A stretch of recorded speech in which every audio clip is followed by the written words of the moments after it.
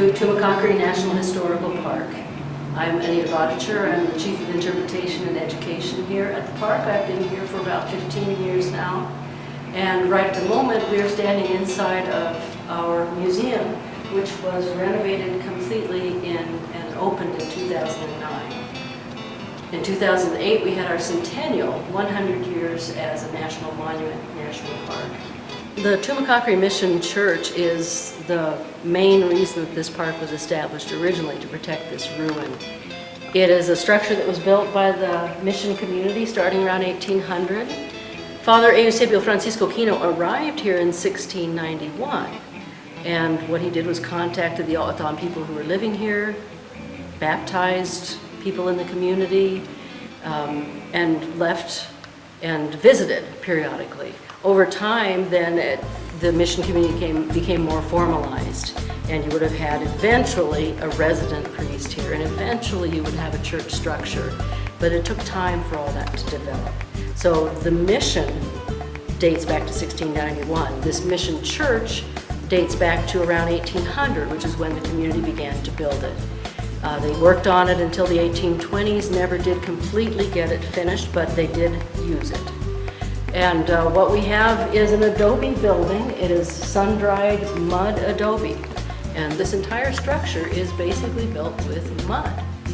There are parts of it, like this side altar here, where that mud has been fired. And you have a fired adobe, which is harder, but it requires lime plaster, it requires the wood for firing. It is a more labor-intensive process.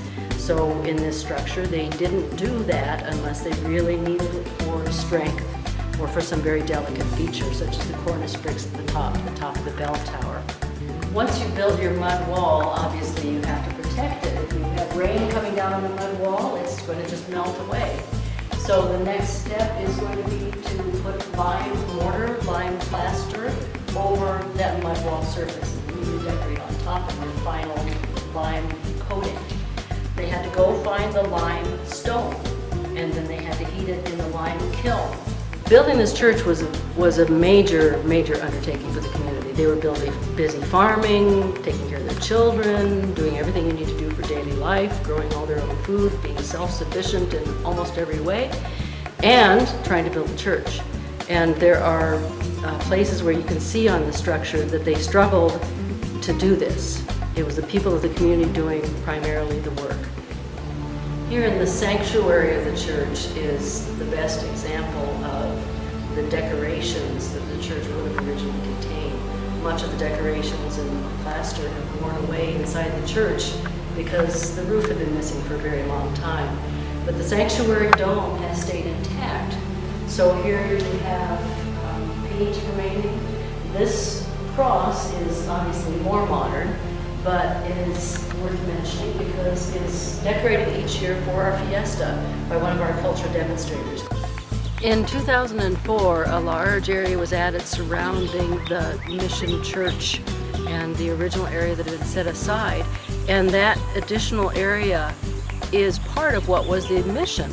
It is where there were fields and orchards and other components of the mission community.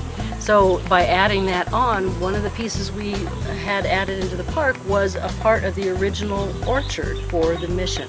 And you can still today see the alignment of trees that follow the foundation of the adobe wall that had originally surrounded the orchard to protect the trees from cows and wild animals.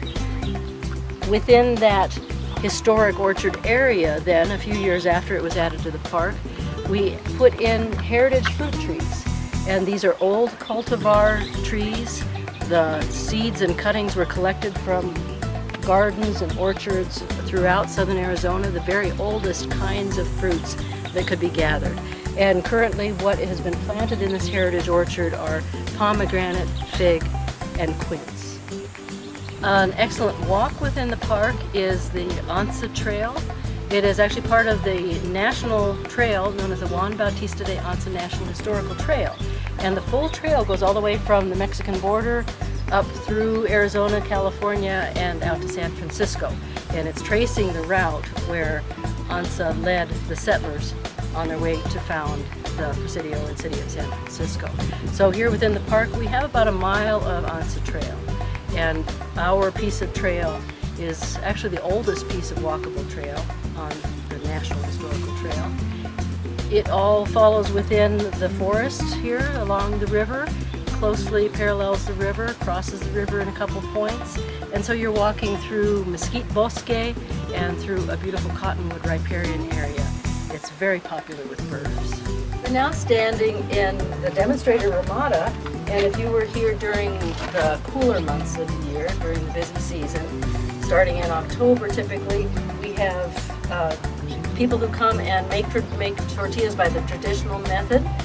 On weekends in the busy season, we also have other cultural demonstrators, which could be paper flowers, traditional Mexican paper flower makers, reverse glass painting, potters, authon basketry, other kinds of crafts. The biggest event that we have here at Tumacacori National Historical Park is our fiesta, La Fiesta de Tumacacori. It's always the first full weekend in December every year. And this year, 2013, will be our 43rd annual, so it's been going on for a very long time.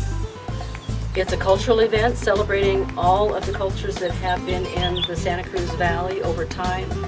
We have a main stage with dance and music of the many cultures. There's a circle of booths around the outside. They're all nonprofit organizations, and they are selling either traditional foods or traditional handcrafts. This church building, which was started right around 1800 by the Tumacacori mission community, was the original reason why this park was set aside. It was originally a national monument in 1908, and the idea was to set aside this particular building for preservation. It's since been expanded to protect two other missions, and its purpose has expanded, but still one of our primary purposes is to keep this building intact and to maintain it. Working with Adobe is a very specialized technique that is uncommon and rare, and part of what our funding provides is the ability to train and continue to have the kind of expertise required to do this kind of preservation and maintenance to keep these structures intact.